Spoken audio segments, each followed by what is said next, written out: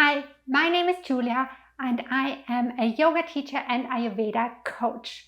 With this challenge, I want to bring yoga and Ayurveda to busy women like you. In today's video, we talk about food combining. Food combining is said that it can reduce bloating and that it can also help you to lose weight. So today we will explore this topic in more detail from a Western perspective and also from an Ayurvedic perspective. Let's get started. If you like this video, make sure you like it and subscribe to my channel. To be honest, I'm not the biggest fan of food combining.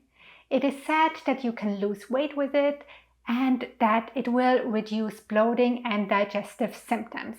You've probably heard things like, don't combine starches and protein because they need different enzymes and a different pH balance in the stomach to get digested well. Or fruit should be eaten alone and on an empty stomach because fruit digests faster than other things and it will start to rot in your stomach if it's in there for too long. Or eat starches alone or with non-starchy vegetables only. So let's dig into this a little more. The first thing about don't combine starches with protein. Well, this somehow makes sense when you think about it, but actually when you go a little deeper, it doesn't make sense. Not all of our food is digested at the same time and in the same place at the body. Carbs, for example, start the digestion process in your mouth when you chew it and when it's mixed with saliva. Proteins are mainly digested in the stomach and fat is emulsified in the small intestines. Our body is pretty smart and it can digest all these things even if you eat them at once. And the main reason for that is that most food groups are not only one of these macros. Think about chickpeas or think about peanut butter. They are both a protein and a carb. The other thing that is said about fruit, that it can start to rot in your stomach and create gas. The good news is nothing can rot in your stomach. Don't worry about it. Our body is pretty amazing. And there's actually no scientific evidence that food combining works. There's only one study out there that looked into the impact of food combining on weight loss. And they didn't find any correlation between weight loss and food combining. So there is no real evidence that this all works. And as I just said, some of these rules are they only sound good, but they don't make sense if you look into the science behind your body. The interesting thing about these food combining rules is that a lot of them come from the science of Ayurveda. Ayurveda is a 5,000-year-old system which also has a lot of food combining rules. In the Ayurvedic text, you find some really specific rules to not combine one food with another. And there is often no real explanation offered why you should not eat them together. For example, one of the rules is that you should eat melons alone because it will always create some digestive issues. Or eggs and milk, they should not be eaten together according to Ayurvedic guidelines. But there's no real reason offered behind that. Ayurveda believes in the concept of Agni, and Agni is our digestive fire. If our Agni is strong, we can basically digest everything. And this is what I like about Ayurveda because it matches the actual science behind food combining. If your digestive system is strong and healthy, you can digest almost everything. In addition, the theory behind food combining in Ayurveda is mainly based on different qualities of ingredients. According to Ayurveda, each food has its own taste, it has a cooling or heating effect, and it has a post-digestive effect. Let's look at the combination of banana and milk to understand this concept a little better. They are both sweet in taste. They both have a cooling effect on the body. However, they have a different post-digestive effect. While milk is sweet, bananas are sour. And this can disrupt our digestive fire. Again, if your digestive system is healthy and strong, you probably don't have any issues digesting milk with banana.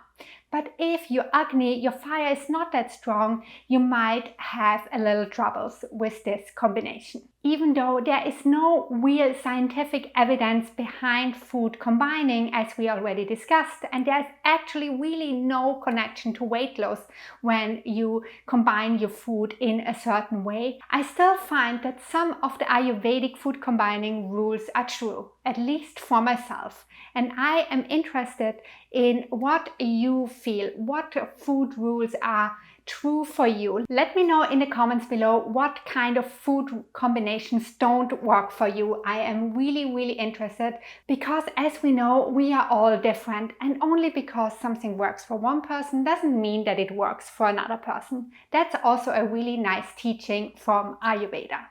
So here are a few things out of the Ayurvedic food combining theory that don't work for me really well. The first thing is milk and bananas. I just told you the theory behind it. It has a different post-digestive effect.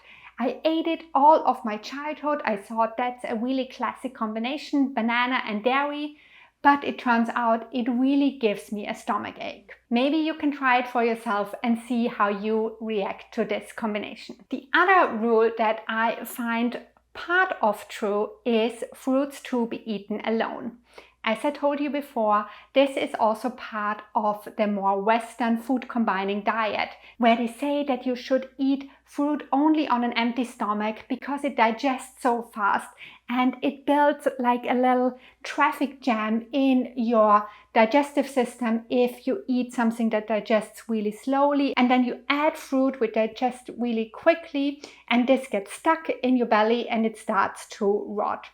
As we said, this is just not true.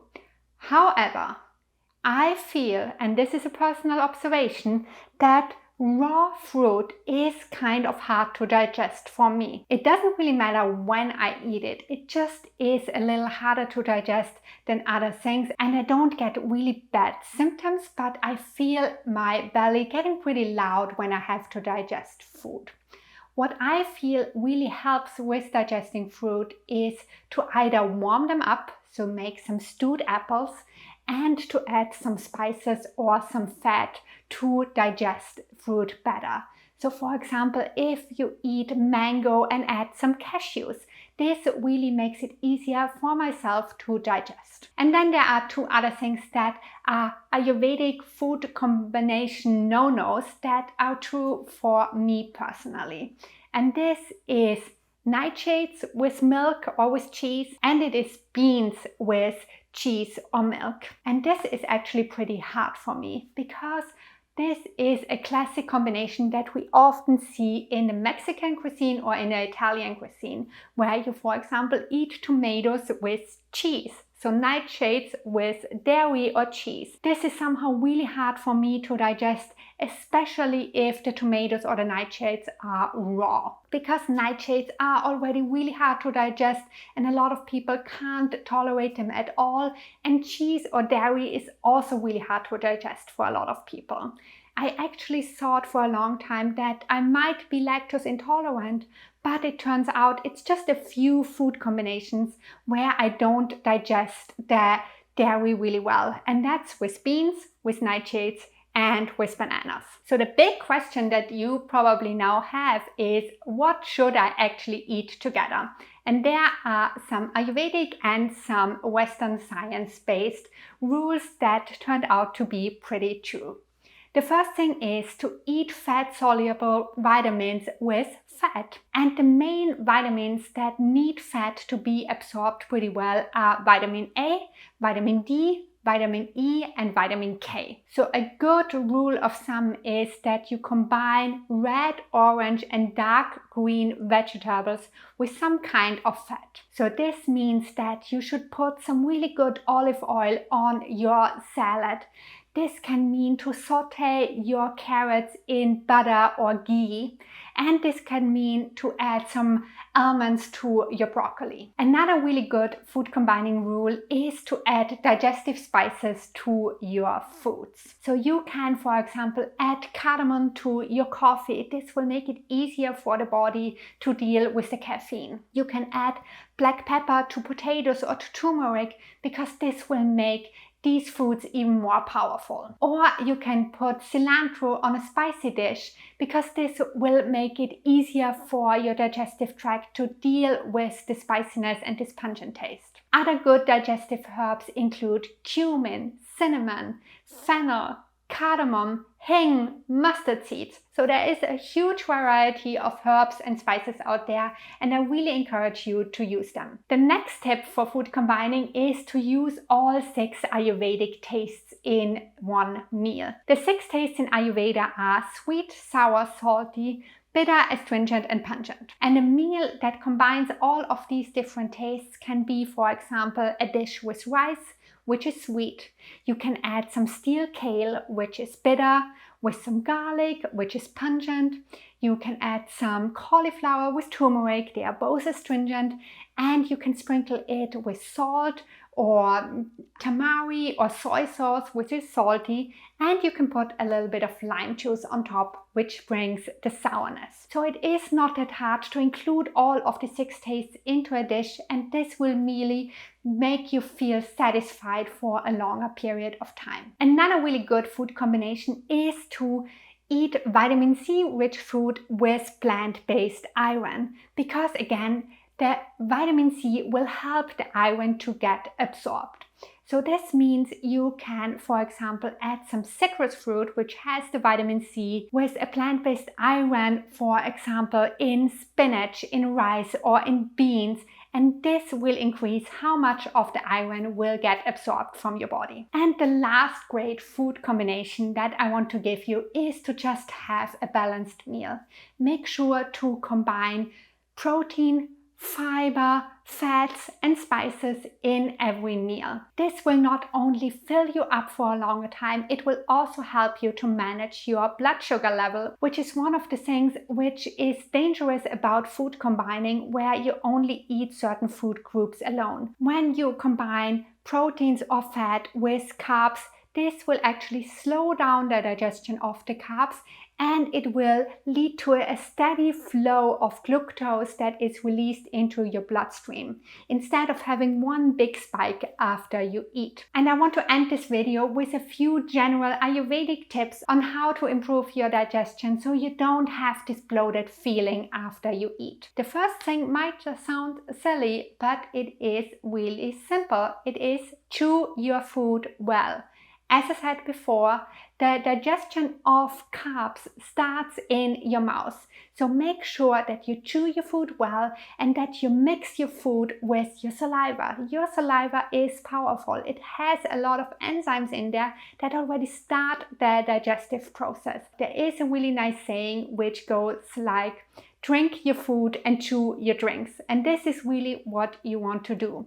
You chew everything that you eat until it becomes mushy, and if you drink something like you have a soup or you have a smoothie, make sure to make a little bit of this chewing movement, because this will increase the secretion of saliva. The second tip that I want to give you is to increase your agni, your digestive fire, and you can do this by just eating a little bit of fresh ginger, add a little bit of salt and lemon juice, and eat it maybe 30 minutes before your meal.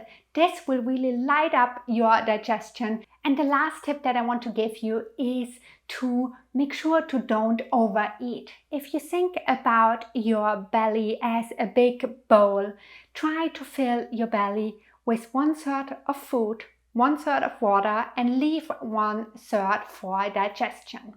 Think about your stomach as a washing machine. You can't put too much clothes in there because then it can't move and wash properly. So you want to leave a little space for digestion. And when it comes to water, Ayurveda recommends that you only sip during eating and to drink a bigger portion before you eat.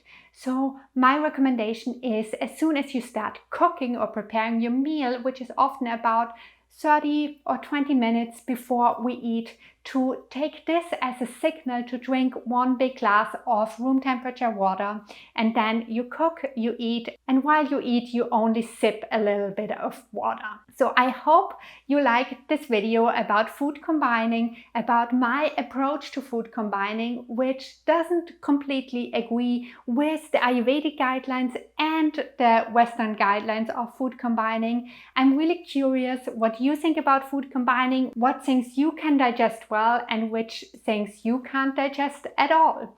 Let me know in the comments below. If you like this video, make sure you like it and subscribe, and I see you in the next video.